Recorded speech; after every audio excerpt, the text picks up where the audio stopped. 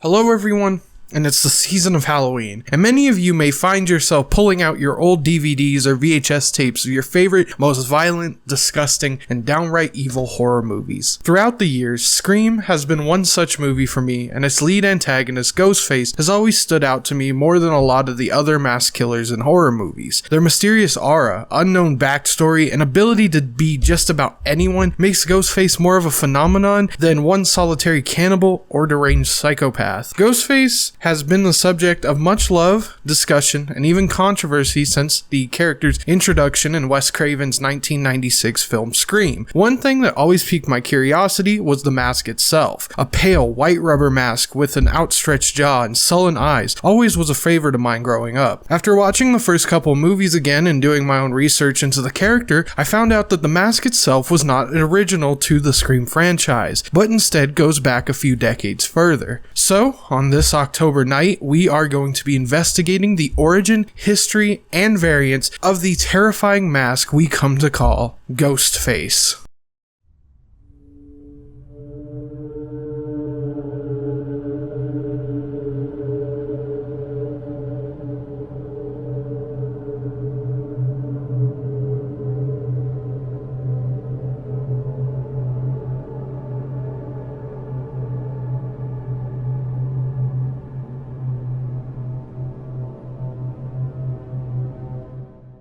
The origins of the mask design are a little bit of a mystery to pinpoint. Many point the mask design, creation, and idea to that of Alan Geller of FunWorld, and was originally labeled as the Peanut-Eyed Ghost or Weeping Ghost, though it was officially left unnamed in its original first run. However, there is a little bit of controversy to this. While Alan Geller did in fact design the mask we now know as Ghostface, the face design may go back even farther to even before the first official Fantastic Faces line it made its public debut in. According to history, the first official Ghostface design comes from what is known as the Ghostmaker kits from the Alterian Ghost Factory. These were designed by Lauren Githens in the early 90s. This line was based off the old bedsheet ghost Halloween costume and featured 6 masks in total. Lovely Tate, Screech, Lil Boo Boo, Lil Sarah Spook, and importantly and controversially, the Wailer. The masks were a part of a kit where you could turn your old bedsheet into a Halloween costume by following the kit's DIY instructions. However, the kit can be considered highly dangerous due to the fact that the instructions detailed holding the mask up to your face and poking out the holes where your eyes were with a pencil. These kits were taken to Halloween expos and shown off to potential investors. One such investor that was interested in the line was FunWorld. Alterian Ghost Factory and FunWorld discussed purchasing the rights to the kit, but an agreement was never officially made.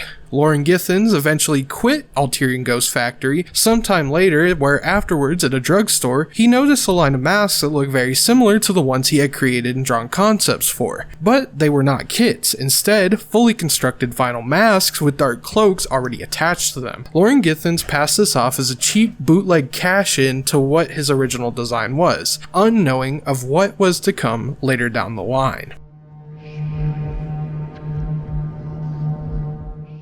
Fantastic Faces was the first official line to contain the Ghostface mask that was used in the first Scream film. The line was developed in 1991 by FunWorld and initially featured 4 masks, later adding a 5th one down the line. It was here we saw Ghostface as the Peanut-Eyed Ghost, a white elongated face covered in a dark shroud with 2 oddly sorrowful eyes and an extended mournful jaw. Besides the dark shroud variant, a completely white variant was also available that gives off more of a classic ghost vibe. The different masks in this line included the white and black shrouded ones, a fluorescent pink, a fluorescent orange, a fluorescent green, as well as a glow-in-the-dark variant of the standard shroud. I've always really loved the color variants even as a young child. They were always so eye-catching, and while not as ominous or menacing as the standard shroud variant, the green one always looked the most aesthetically pleasing to me. There were 2 different generations of the mask in this line with several key features that set them apart from each other. Gen 2 masks contained slightly bigger eyes and the face is slightly longer than those in Gen 1. Gen 1 also had the eye holes manually cut out, whereas Gen 2 masks saw the inclusion of machine cut eye holes. You can tell this difference in some of the designs, with some Gen 1 masks having differently shaped eyes, whereas Gen 2 eyes remain consistent with one another.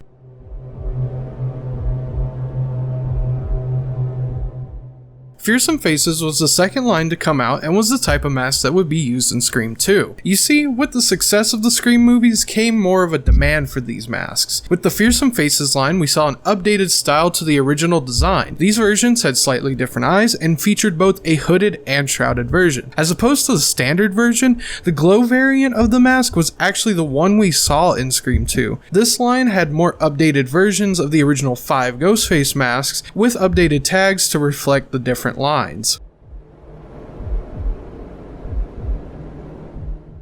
After the release of Scream 2, the Shroud had finally cemented themselves into the horror movie zeitgeist. Gone were the days of supernatural elements and mindless schlock. Evil now had a new face waiting in the shadows, mysteriously hunting and plotting its next kill. While the Ghostface name was still working on being trademarked, the next line did drop the Faces format, opting for using the name of the movie for this line now that it had become so popular. These masks were used in Scream 3. This line featured more of the same as the previous lines, but dropped the pink variant fluorescent mask for unknown reasons, leaving only the orange and green variant. It was here with this line that we saw some changes.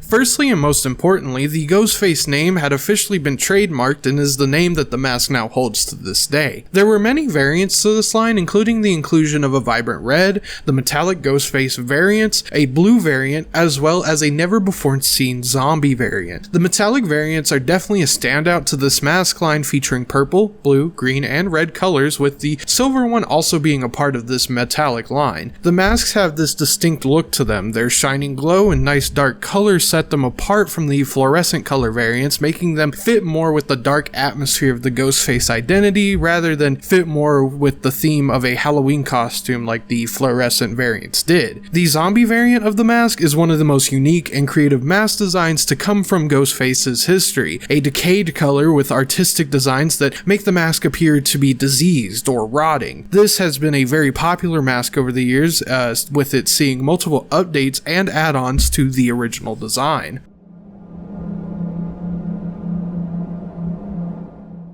After this, a new Ghostface line was released with a new logo design and the icon of Halloween tagline being shown. There were a few new notable designs to the Ghostface masks in this line, including ultra white variants, deluxe versions, and even monster variants such as the inclusion of the mummy mask and my personal favorite, the scarecrow variant. We'll delve into the scarecrow mask types in their own segment a little bit later, but as for the other variants, the mummy mask is rather interesting, featuring what appears to be like veins around the face of the mask. It's kind of a cool design, but a little weird to look at in general. However, the deluxe versions of these masks look absolutely fantastic. The zombie variant especially looks really good, looking even more decayed and diseased. With these main mask lines, they pave the way for Ghostface to become not only a Halloween icon, but a pop culture icon as well. They have been seen time and time again all over the world in several different versions across 3 decades of work. However, we are not completely finished with the mysterious Shroud just yet, as there are quite a few interesting and experimental variants that were not talked about much in the mainstream lines. These next variants are some of my absolute favorites and really make Ghostface one of my favorite horror killers of all time, personally.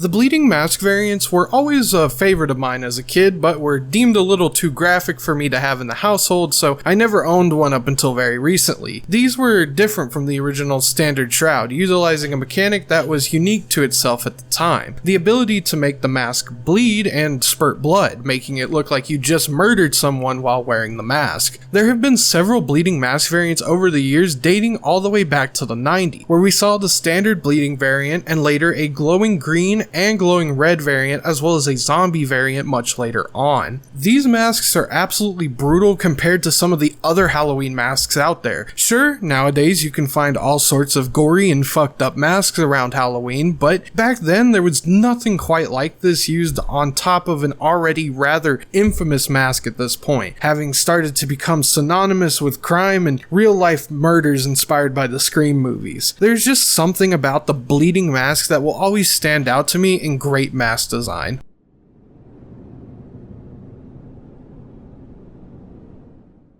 The Scarecrow mask variants are also a mask design that stands out to me even to this day. I've always loved that grimy, disgusting burlap aesthetic, and these masks definitely deliver in that department. Having a brown, dirty Ghostface mask with a burlap hood and even a burlap face variant later on to give off this amazing woodsy, rural feeling that is a far cry from the suburbs and Californian towns that originally served as Ghostface's hunting grounds. I may be looking too much into this mask design, but it is truly one of my favorites to come out of any line to this day, and would love to own one myself one day.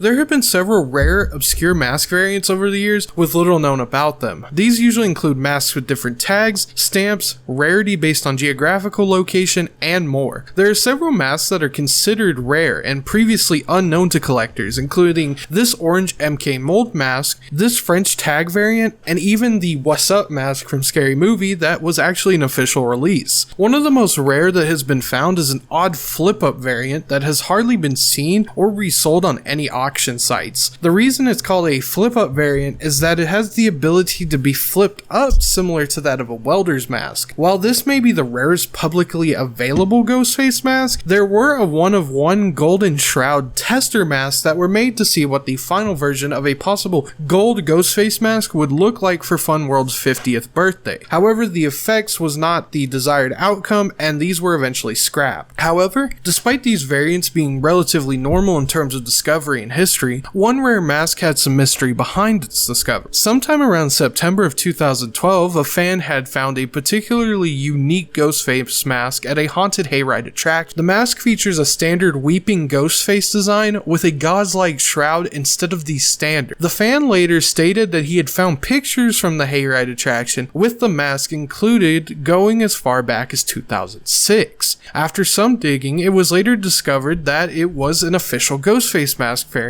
made an extremely low amount of only 1,000. While the mask has been found and occasionally appears on seller sites, it remains one of the more interesting and sought after designs to this day.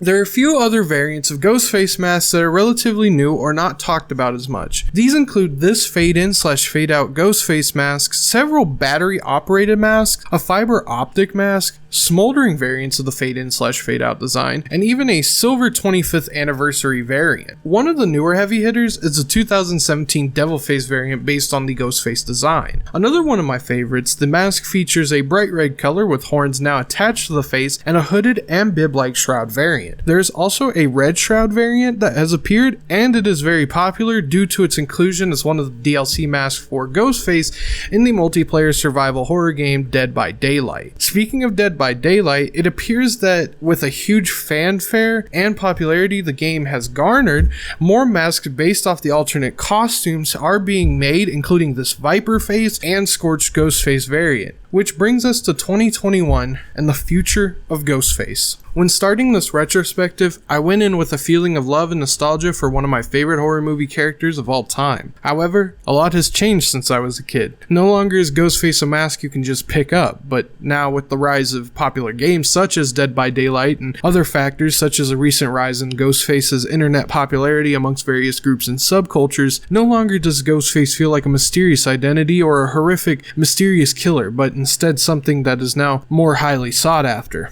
I remember going into a local Spirit Halloween earlier in September and looking at that empty Ghostface display with a coming soon sign on top. Mind you that all the other killers display were present and in stock. Freddy, Jason, Chucky, and even Michael Myers, who has his big grand finale coming out this year and should be more popular than ever. However, something clicked in my mind while seeing the empty display. Something that reminded me more of a streetwear or clothing drop rather than a chance to get a fun mask at my favorite time of year. I knew that the coming soon sign displayed above meant that they knew this mask and everything with it would sell out faster than anything in the store. In fact, I know it would because when I went to a Party City a couple weeks after, the Ghostface display was cleared. When my roommate and I asked if they would be back in stock, the employee stated that there hadn't been a stock since they had put them out a few weeks prior. It was there I knew that Ghostface had changed. Ghostface is an identity, despite a lack of one in the original film's philosophy. Ghostface is different than the previous slashers and something I, being an edgy goth kid from Arizona, liked more than any other horror movie villain besides maybe Leatherface. I would always love to see the masks everywhere I went during Halloween time and watch the first couple of movies over and over, later becoming one of my favorite movies of all time. While it's bittersweet to see something you love be taken by storm amongst newer fans, and unfortunately now scalpers in more recent times, I understand that times change and that I'm just glad Ghostface has managed to stay so popular for so long when others before him have fallen to the wayside. I will miss the old days of walking into a pharmacy as a kid and trying on and looking at all the different Ghostface masks, but now that Halloween is kind of different for me now and not something it used to be. So with that, if you have a Ghostface mask or are a collector, take care of them and show your mask some love, because you never know when you could stumble upon something so unique and special again. This has been Yoshimi, and what's your favorite scary movie?